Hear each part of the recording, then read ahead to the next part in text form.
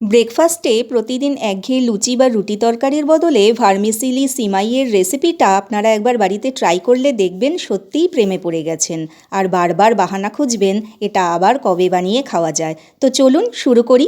প্রথমে কড়াইয়ে সামান্য রিফাইন তেল দিয়ে গরম হলে সিমাইগুলো হালকা ব্রাউন করে ভেজে নিতে হবে।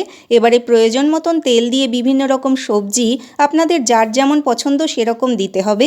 আমি এখানে বিট, বিনস, ফুলকপি, মটরশুঁটি, ক্যাপসিকাম, স্বাদ মতন লবণ দিয়ে হালকা ভেজে সিমাইগুলো দিয়ে সামান্য বাঁধাকপি কুচোনো, কাঁচা লঙ্কা কুচোনো আর টুকরো করা পনির দিয়ে দিয়েছি। এগুলো সেদ্ধ হতে যতটুকু জল লাগবে ততটা উষ্ণ জল দিয়ে ঢাকনা দিয়ে দিয়েছি। এবারে তৈরি হয়ে গেলেই ধনেপাতা কুচোনো ছড়িয়ে দিয়ে দিয়েছি।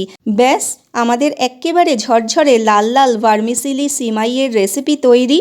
বিটের স্ট্রং রঙের কারণে সিমাইয়ের রঙও বেশ লাল হয়েছে দেখুন। জলখাবারে এই নতুন আইটেম আপনাদের ভালো লাগলে প্লিজ সাবস্ক্রাইব করে আমার পাশে থাকবেন।